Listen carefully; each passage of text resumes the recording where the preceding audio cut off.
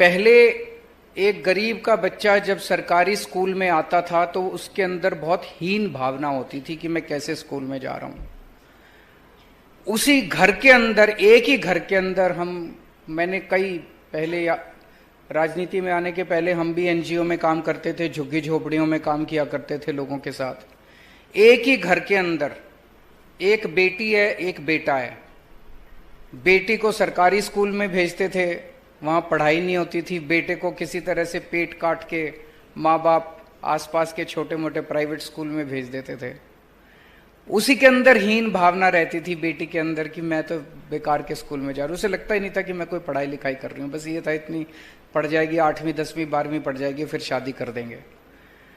लेकिन अब जिस किस्म के सरकारी स्कूल बन के तैयार हो रहे हैं, ये बच्चों को एक अच्छा भविष्य देने जा रहे हैं।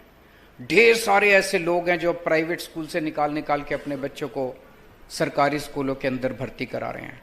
अब जो बच्चे सरकारी स्कूलों में आ रहे हैं वो हीन भावना नहीं, जबरदस्त कॉन्फिडेंस के साथ भरे हुए हैं कि हम भी जिंदगी के अंदर कुछ कर सकते हैं और हम भी भारत माता के सपनों को साकार कर सकते हैं, भारत के विकास के अंदर हम भी शामिल हो सकते हैं। वो कॉन्फिडेंस अब हमारे बच्चों के अंदर दिखाई दे रहा है। आज जितनी ये बच्चियां आई हुई हैं, इनके चेहरे के ऊपर जो खुशी और जो चमक दिखाई दे रही है, जो पेरेंट्स आए हुए हैं उन पेरेंट्स के अंदर भी ये कॉन्फिडेंस दिखाई दे रहा है कि हाँ, अब हमारा बच्चा परिवार के लिए, बड़ा होकर परिवार के लिए और समाज के लिए कुछ कर सकता है। पहले गरीब घर के अंदर माँ बाप यही सोचते थे पढ़ाई लिखाई तो होती नहीं है, स्कूल में भेज के क्या करेंगे, टाइम खराब करता है, इसको काम पे लगाओ, 2 पैसे कमा के तो लाएगा। अब वो खत्म हो गया है दिल्ली के अंदर।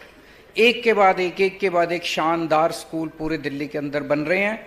कुछ बिल्डिंग रह गई अब, जो मैं एजुकेशन मिनिस्टर से भी कुछ दिन पहले डिस्कस कर रहा था कि कितनी और बिल्डिंग रह गई हैं।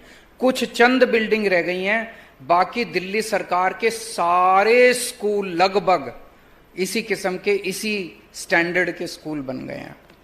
इस स्कूल में, इस अच्छे स्कूल में बच्चों को आने का मन करता है। बच्चों से मैं मिलता हूं, बच्चे कहते हैं जी पहले स्कूल जाने का मन नहीं करता था और अब स्कूल से घर जाने का मन नहीं करता, हमें लगता है हम स्कूल में ही बैठे रहें, है ना। हाँ, अब बच्चों का मन करता है कि क्लास में ही बैठे रहें, लैब में ही बैठे रहें, स्कूल में ही बैठे रहें। इतना शानदार ऑडिटोरियम है ये। मैं चैलेंज करता हूं, दिल्ली के 99.9% स्कूलों में इस तरह का ऑडिटोरियम, एयर कंडीशनड ऑडिटोरियम आपको नहीं मिलेगा। इतना शानदार स्कूल आप लोगों को मिला है।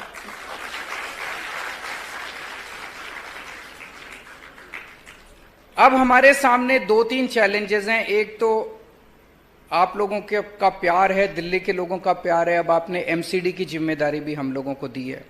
अब एमसीडी के भी लगभग 1800 स्कूल हैं। इन सारे स्कूलों को भी अपने को ठीक करना है। 5वीं क्लास तक बच्चे वहां पढ़ते हैं, 5वीं के बाद 6ठी से यहां पे आते हैं, तो 6ठी के बाद बड़ी मशक्कत करनी पड़ती है टीचर्स को, जो 5वीं तक पढ़ाई नहीं हुई उसको ठीक करने के लिए। लेकिन हम चाहते हैं कि पहली क्लास से, नर्सरी से, केजी से ही उन बच्चों की फाउंडेशन ही अच्छी बननी चालू हो। तो अब एमसीडी के भी सारे स्कूलों को ठीक करेंगे। जब दिल्ली सरकार के सारे स्कूल 5 साल में ठीक कर दिए तो एमसीडी के भी सारे स्कूल 5-7 साल तो लगेंगे, लेकिन हो जाएंगे सारे के सारे स्कूल ठीक।